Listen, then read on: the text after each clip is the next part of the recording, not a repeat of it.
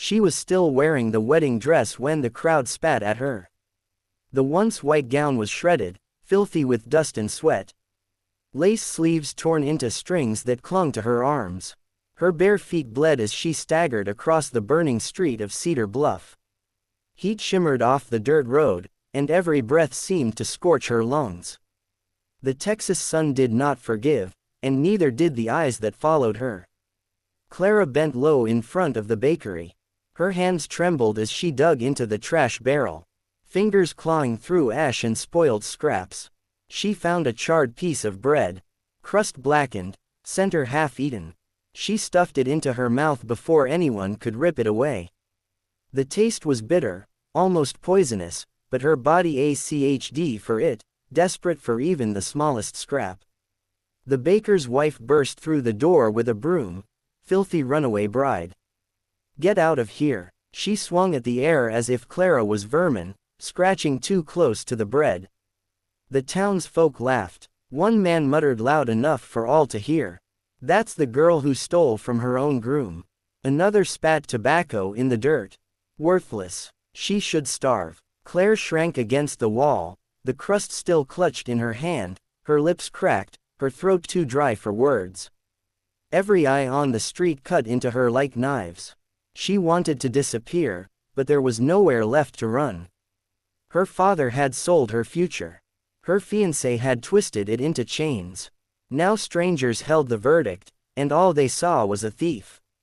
The summer air was heavy, smelling of sweat and horse. Children pointed, women whispered. Even the sheriff's office door stayed closed, as if justice itself would not come out to face her.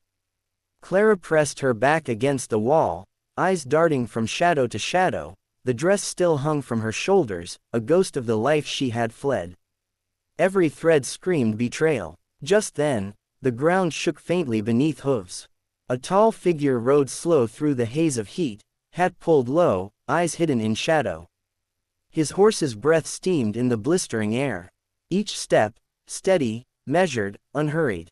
The townsfolk parted, their jeers softening, their attention pulled to the rider. He was not a lawman, not a preacher, not someone bound by the gossip of Cedar Bluff.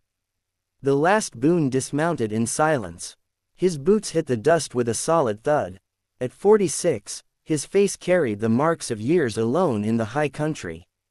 The lines around his eyes told of storms weathered, winters survived and losses never spoken aloud. He walked past the stairs, past the insults, and straight into the bakery. A moment later, he stepped back out, a fresh loaf warm in his hand. He crouched in front of Clara. The crowd waited, hungry for spectacle, but instead of ridicule, he offered her the bread, not with pity, not with disgust, simply with quiet certainty. As if the act needed no explanation, Clara froze, unable to believe the kindness was real. Her stomach twisted, her pride cracked. Tears threatened to spill. The street fell silent. The only sound was the call of a crow circling overhead. A woman in rags, man hardened by solitude. And between them, a choice that could alter both of their fates. Elias studied her, the loaf still in his hand at the sun burning down on them both. Behind him, Cedar Bluff watched, ready to judge, ahead of him. The unknown stretched wide as the desert, and he extended the bread at last. And in that instant, the question was no longer hers alone. Would he risk his hard-earned silence to save a stranger branded as guilty? Clara stared at the bread as if it might vanish if she blinked. Her lips trembled. She whispered her name for the first time in days. Clara Whitmore. The words carried both shame and defiance, like she was daring the crowd to deny her existence. She told Elias what little strength allowed. Her family had once been wealthy in Georgia. Her father sold her into an arranged marriage. The groom, Silas Granger, treated people like livestock. On the morning of the wedding, Clara had run. She carried nothing but her mother's trinket, the dress she wore, and the weight of every curse thrown at her back. The people of Cedar Bluff whispered louder. They loved the scandal more than the truth. To them, she was the spoiled bride who stole jewels and ran, a fugitive hiding in rags. Clara clutched the bread tighter. But she did not beg for pity. She lifted her chin, eyes blazing with hunger and fear, all mixed together. Please do not just feed me. Give me work. Any work. I can clean. I can sew. I can dig a ditch if I must, but do not let me be treated like an animal. The street grew quiet. No one moved. Elias Boone, silent as the desert itself, finally nodded. His hand reached down, steady, calloused, the kind of hand that had broken horses and buried friends. Come with me. That was all he said. The crowd scoffed. One man laughed that Elias was a fool. The baker's wife shook her head and slammed her door. But Elias did not care. He saddled his horse, lifted Clara behind him, and rode out of Cedar Bluff without another word. The ride was long, the heat relentless. Clara leaned forward, dizzy from exhaustion, clutching the saddle horn like it was the last rope to life. When they reached his ranch, she saw nothing more than a weathered cabin, a few chickens, a corral in need of mending. But to her it was salvation. The first night she slept on a straw mattress, still in the torn dress, still shaking from hunger. Elias left a blanket folded by her side.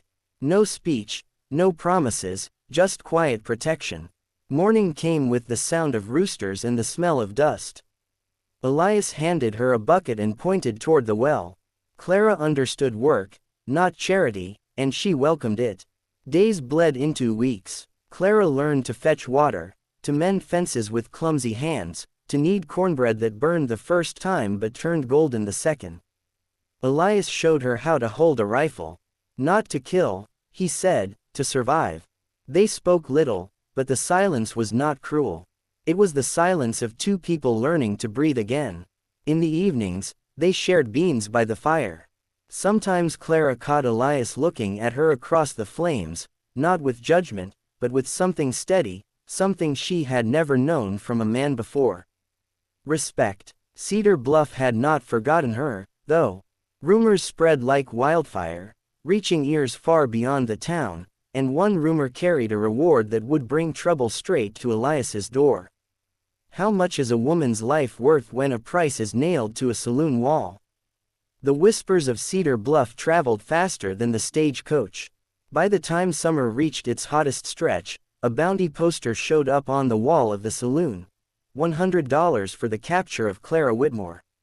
Not a government order, a private reward. Signed in the name of Silas Granger. $100 was more than a year's wages for most ranch hands. Plenty of men glanced twice at the poster, but only one decided to chase it. Jonah Pike. Jonah was no outlaw. He was professional, the kind of bounty man who worked alone and kept his word. His coat was long, his boots worn thin, and his eyes sharp enough to measure a man before he spoke. When Jonah rode into Cedar Bluff, folks stepped aside. He had the look of someone who had buried more than he cared to count. The trail led him to Elias Boone's ranch. He knocked once on the cabin door, polite as Sunday, though his hand rested on the butt of his revolver. Afternoon. I hear you got company out here. Elias stepped outside, calm as ever. What kind of company you looking for? Jonah held up the folded poster. A bride gone missing. Worth $100 to the man who brings her in. Clara froze inside the cabin, her heart hammered so loud she swore Jonah could hear it through the walls. She gripped the kitchen knife Elias had left on the table, her hands shaking. Elias did not move. She's not here, he said flatly. Jonah narrowed his eyes. You sure about that? The silence stretched, hot and heavy. Then Jonah stepped closer and Elias struck first. The fight was not pretty. Two men in the dirt, fists and grit. A struggle more about will than strength. Jonah's revolver fired once into the air before Elias wrenched it free. Dust rose around them like smoke. When it cleared, Jonah Pike was flat on his back, wrists bound with his own belt. Elias hauled him upright, breathing hard but steady. You want justice, Elias said, then you can bring this man to the sheriff and explain who paid him. Jonah cursed under his breath, but did not resist. He had lost, and he knew it. For Clara, Watching from the doorway, it was the first time someone had fought for her and won. Not with words, not with lies, but with bare hands and the kind of courage that could not be bought. That night, Elias tied Jonah to a post outside the cabin. Tomorrow, they would ride to Cedar Bluff and place him in the sheriff's hands. Clara sat by the fire, staring into the flames. The bounty was real. The danger was real. But maybe, just maybe, the truth was finally close enough to be heard. If you're still with us now, you know this story is only getting hotter. Go ahead and hit that subscribe button so you do not miss what happens when the sheriff gets involved, because the next part will decide if Claire stays a fugitive or finally earns back her name. At sunrise, Nolias Boone rode into Cedar Bluff with Jonah Pike tied to the back of his horse. Clara sat silent in the saddle behind him, her face hidden beneath a borrowed hat.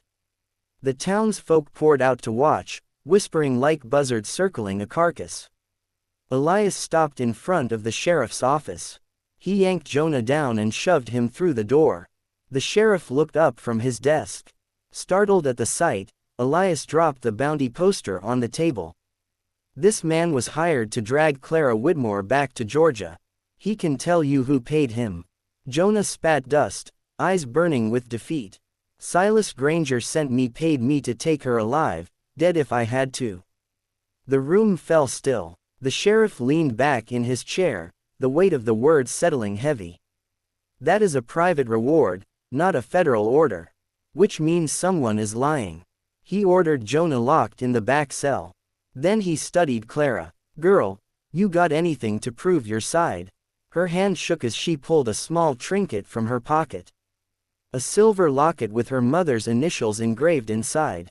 This is what he claims I stole. But it was my mother's. It has always been mine. The sheriff turned it over in his palm, frowning. That matches the record I saw years ago. Your father registered this piece in your mother's name when he insured the estate. The whispers outside grew louder, pressing against the office walls.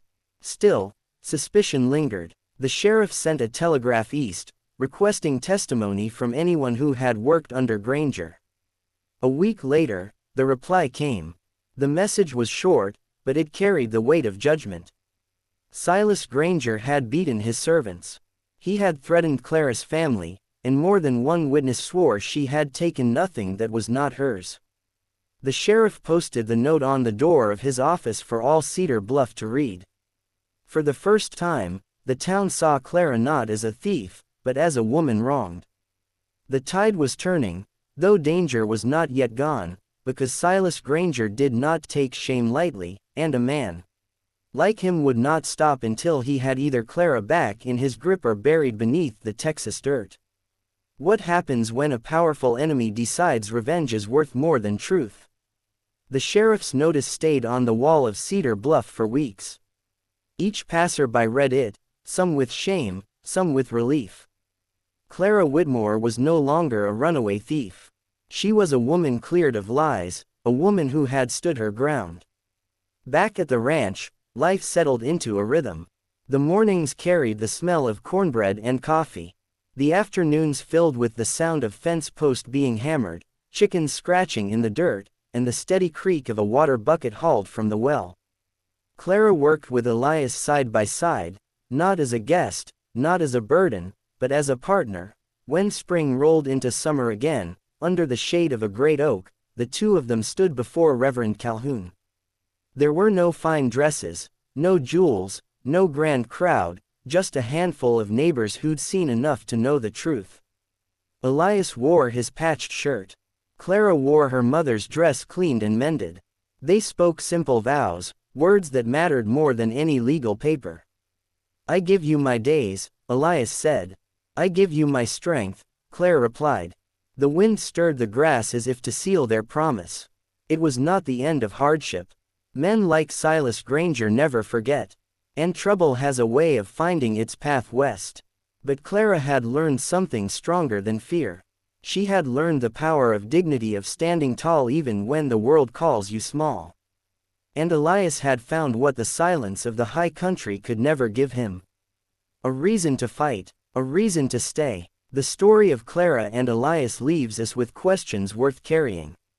Is a person defined by their past or by what they choose when life tests them? Does justice come from courts and papers or from the courage to stand by what is right? And maybe the hardest question of all, what would you do if helping someone else meant risking your own peace? If this tale touched something in you, do not let it fade when the screen goes dark. Tap the like button, drop a thought in the comments, and subscribe to the channel because stories like this remind us that out here in the wide open West, love can be louder than gunfire, and second chances can be worth more than gold. Time to and remember, every ending is just the start of another trail. Where do you think the road carried Claire and Elias?